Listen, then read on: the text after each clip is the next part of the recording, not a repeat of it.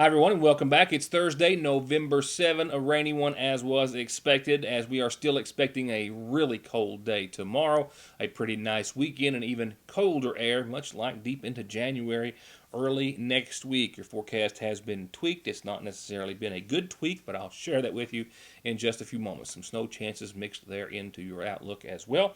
Tonight, several local arrests to talk about this evening, including a couple of shoplifting. One, a case of a mother and daughter who did much more than a little window shopping earlier this afternoon, says local authorities.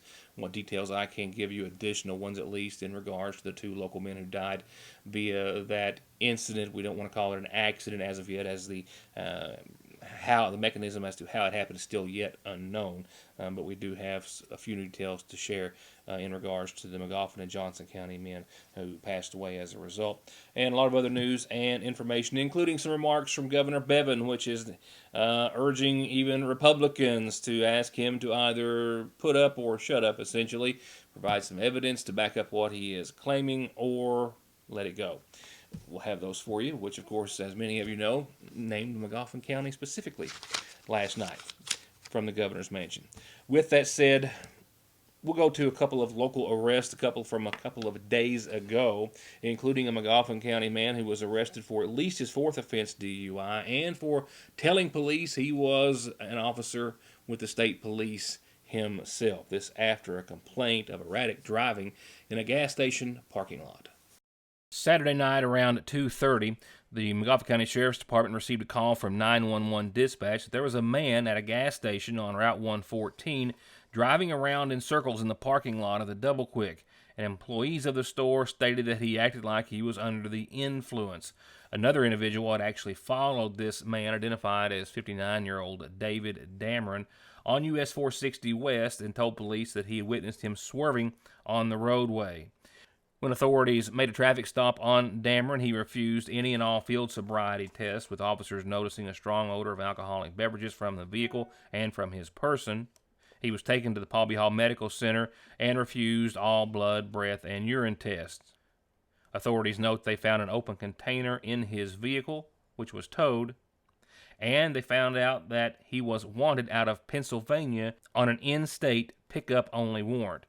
He also continued to tell the authorities on numerous occasions throughout the arrest that he, in fact, was a Kentucky State Police trooper. Dameron was charged with driving on a DUI suspended license, his second offense, his fourth offense or greater of driving under the influence, resisting arrest, menacing, no license, and an open container in the vehicle. Also on Saturday night, police, that being the Sagersville Police Department, Officer Jeremiah Watson arrested 39-year-old Kelly Owens of Sagersville for public intoxication, theft by unlawful taking, shoplifting, and giving officer false identifying information. The officer notes that he got a call to go to the dollar store on the Parkway, where he spoke with one of the employees who said that there was a female that had been in the store and was suspected of shoplifting. She had left the store and got into a white minivan with another female. The officer found that vehicle, approached it, and asked if they had taken anything or if Owens had taken anything from the store, to which she said no. He ran her social security number and determined that she had 2 active warrants in her name, and after she was arrested, the officer found almost $70 in merchandise that had been taken from the dollar store without being paid for. Another shoplifting case making headlines tonight stems from an arrest by the McGoffin County Sheriff's Department, whose arrest citations say that a mother and daughter did much more than just a little window shopping a few days ago.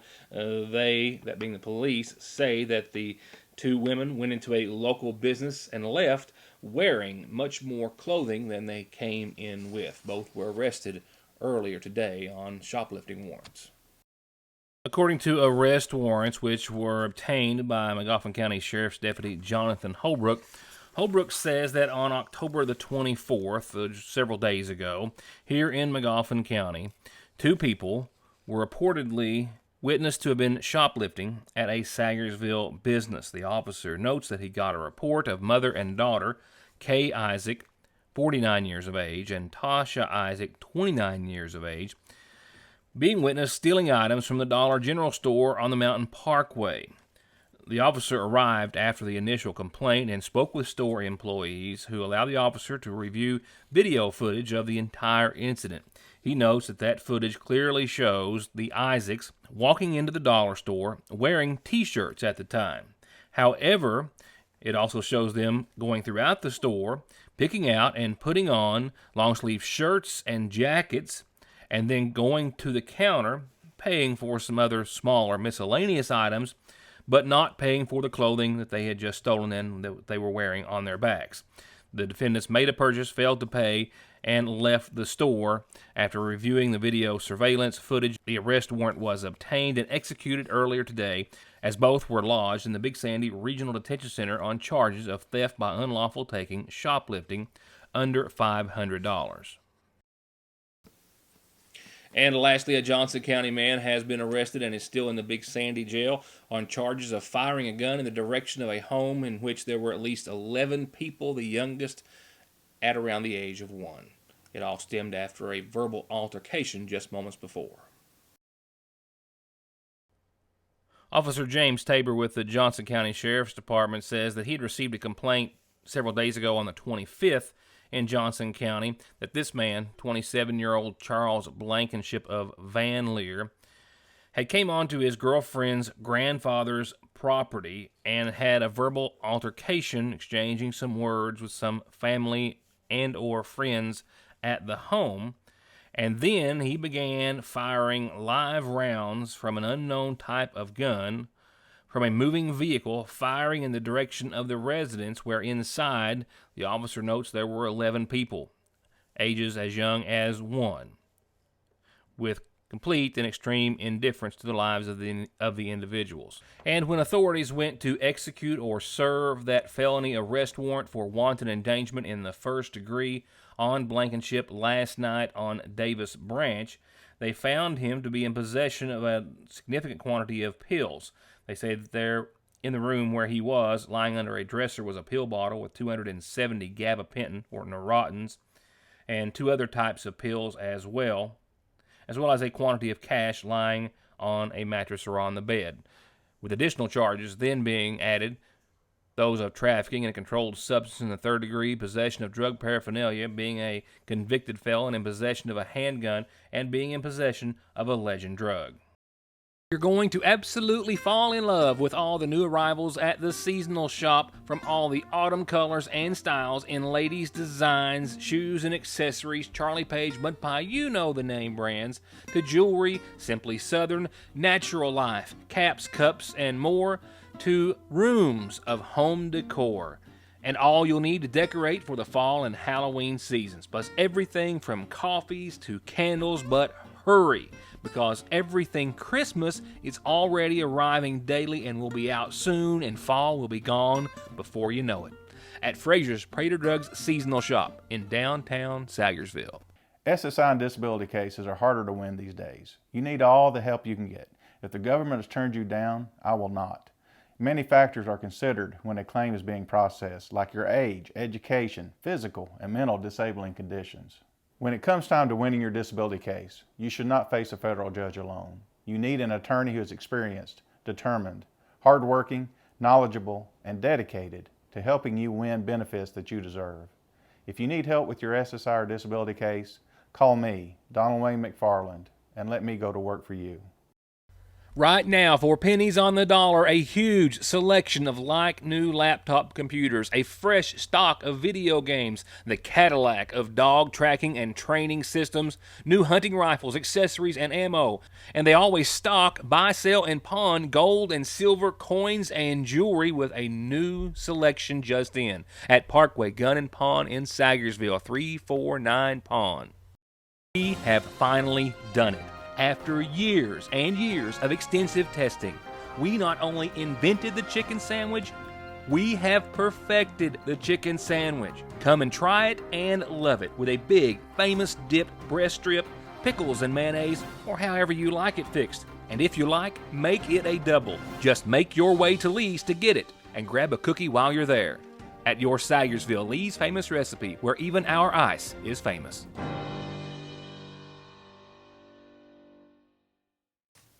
Not a great deal of new details to share with you tonight on the tragic crash that killed, of course, two local men. But here's what few bits of information I can pass along to you this evening in regards to the death and passing of 22-year-old Jared Helton and 30-year-old Justin Stafford and the others who were injured in or around Memphis very early yesterday morning while replacing reflectors down the middle of I-40.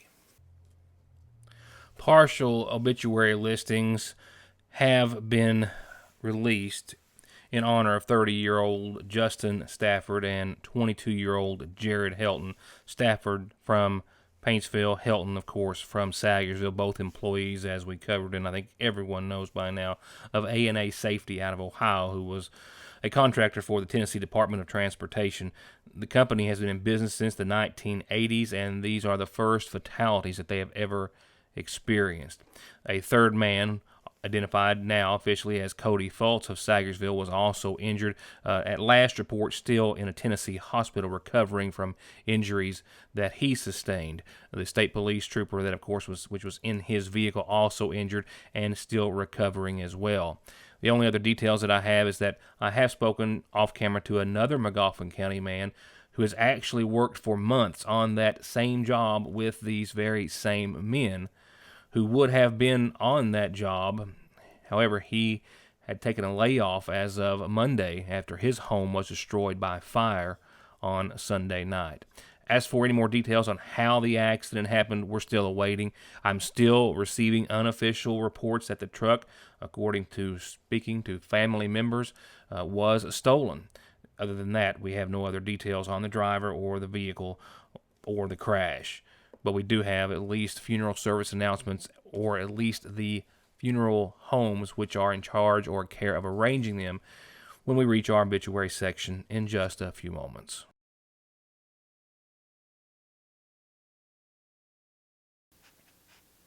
Again, at least partial funeral services have been made and will be coming up in just a few moments in our obituary listings. And actually, let's go ahead and go there now, right after a brief Magoffin Farm Bureau community calendar.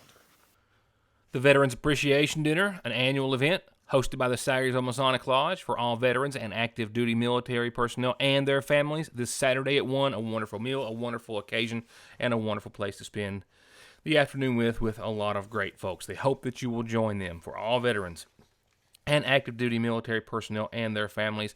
Teleworks USA is coming back to Magoffin County next week for another job fair next Wednesday. 2 sessions, 9 till noon and 1 till 3 at the health department, but you have to pre-register if you are coming.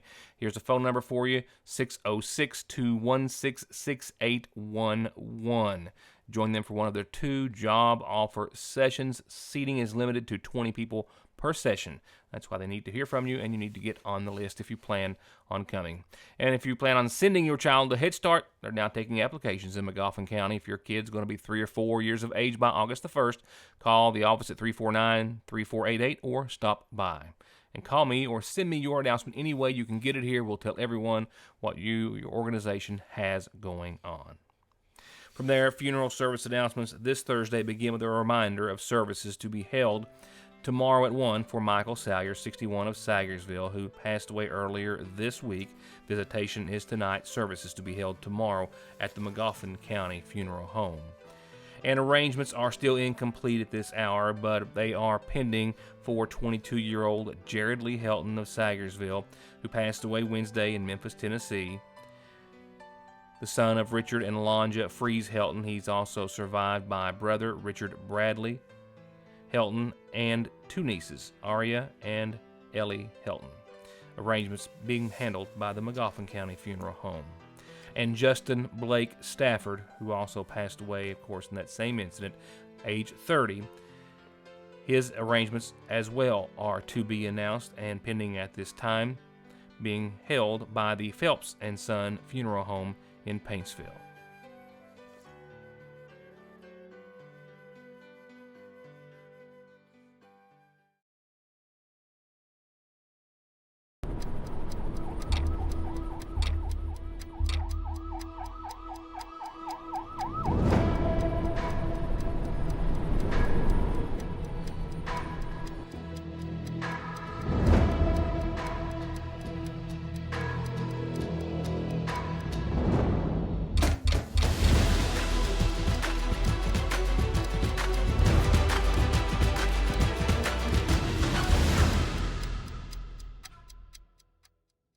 At Sagersville National Bank, they know your house is much more than your home. It's an investment, and for many of us, the biggest we'll ever make.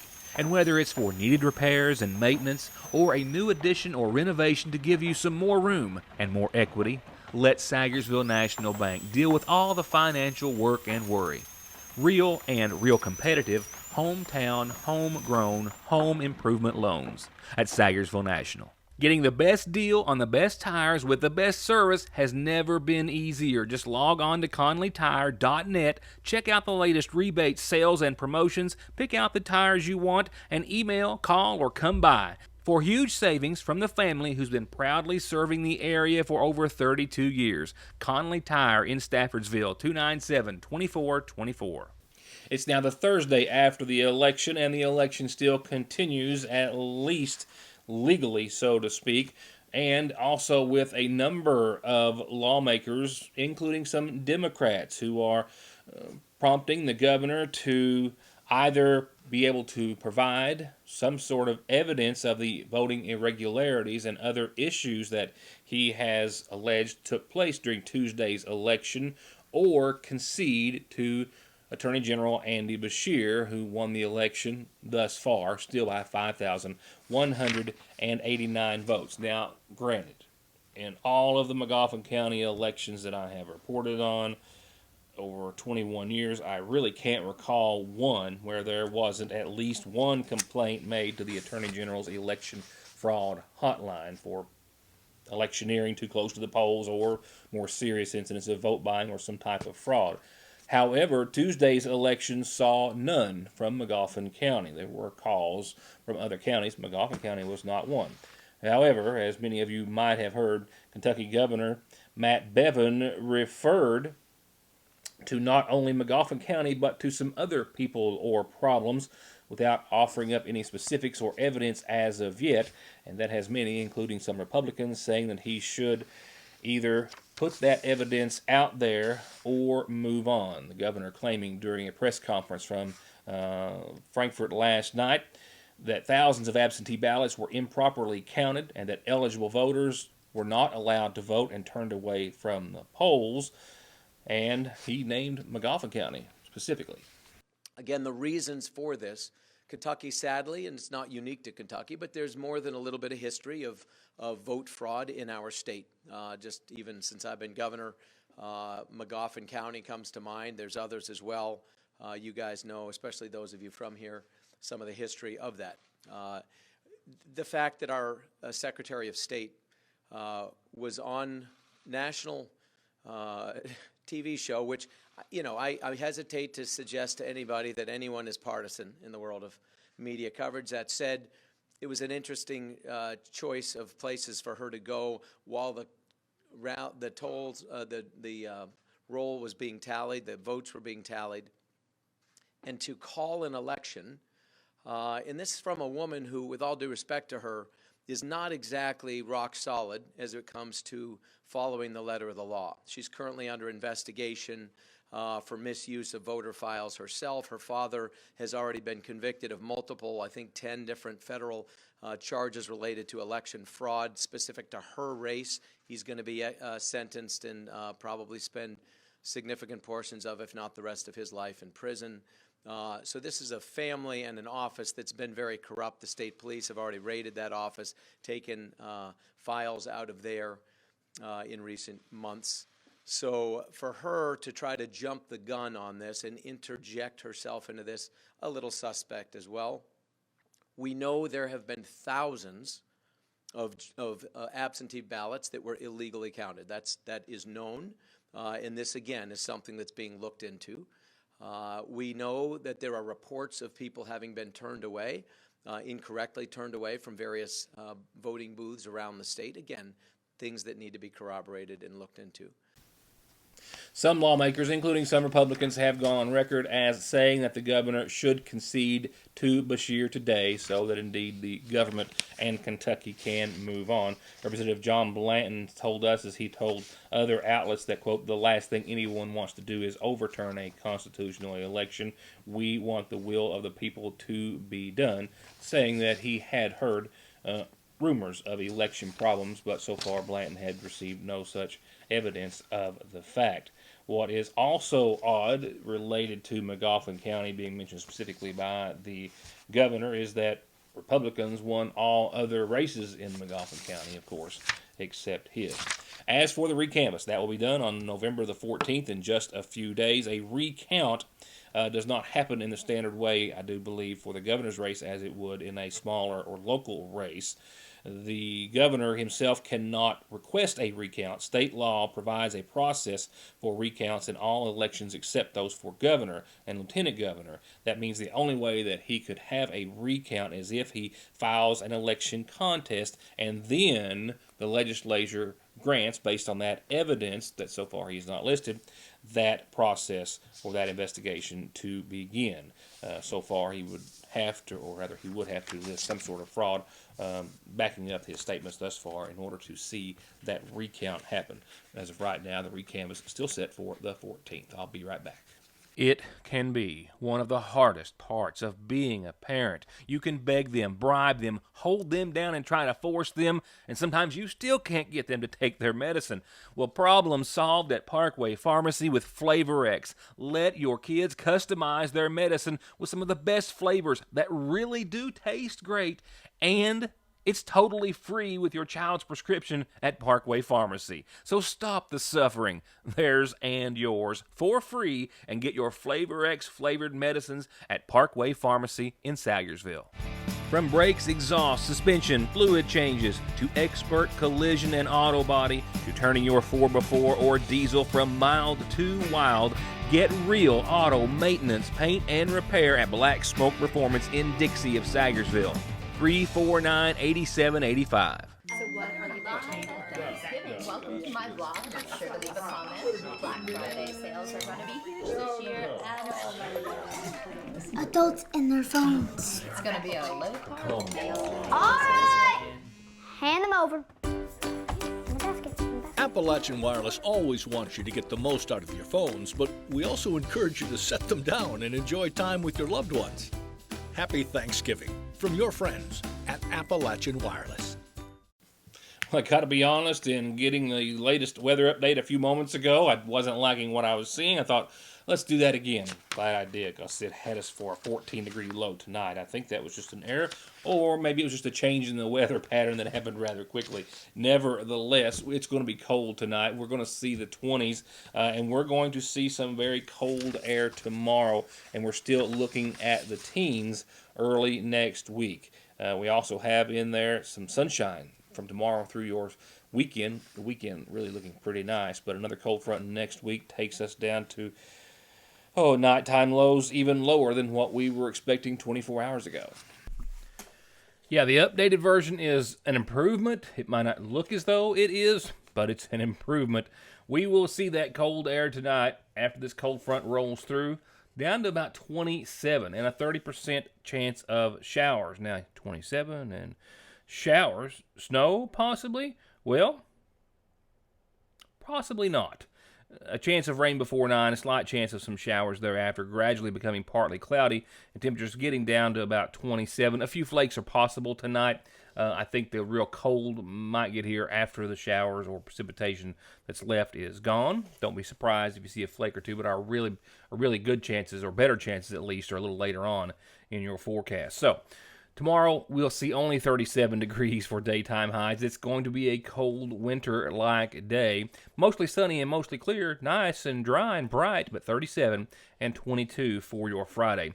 We do improve greatly, comparatively so, for your weekend. 50 and sunny on your Saturday. Close to even 60 and sunny on your Sunday, with nighttime lows in the mid to upper 30s. No precipitation in sight.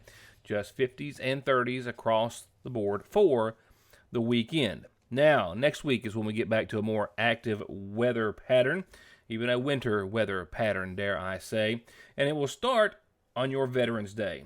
The next front comes through, and mainly afternoon or 1 o'clock, we have about a 40% chance of showers, because we're going to be right around 52 degrees for daytime highs. But rain looks likely to continue into your Monday night, maybe changing over to some snow. We're talking about 1 to 2 to 3 in the a.m., and then maybe a little snow thereafter that changeover period. Right now we're looking at 25 degrees by the end of Monday night, with the lingering chance of some snow showers to the tune of 60%.